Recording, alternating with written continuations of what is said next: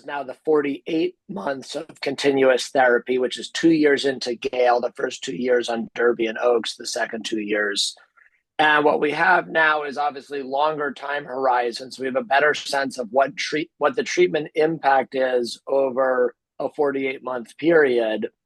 And we have it in comparison to the cohort of patients who are initially treated with sham for 2 years and then get crossed over to treatment.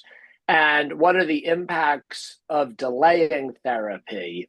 And that's going to be both anatomic in terms of the amount of kind of retinal tissue saved in terms of RPE and, by proxy photoreceptors, and as well as microperimetry data, where we see a kind of enhanced protection of the central 4 and 16 loci on microperimetry in the group that was treated at the outset and received treatment for 4 years versus the group that waited 2 years before initiating treatment.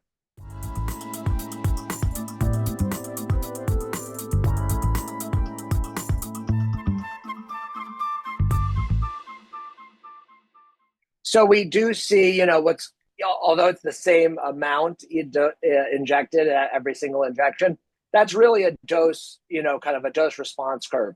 And we do see greater reduction in GA lesion growth with monthly versus every other month, but it's a relatively small difference. So I think to me, I tend to lean towards every other month therapy. I think the safety profile looked a little bit better. I think it's more tolerable for patients over long periods of time to get 6 injections a year versus 12 injections a year. So to me, although there was this dose response effect and a little bit more anatomic impact with monthly versus every other month, I tend to think it's a relatively small difference. And I don't know if the kind of doubling the frequency of treatment, that cadence of treatment, is really worthwhile on the margin, for any individual patient.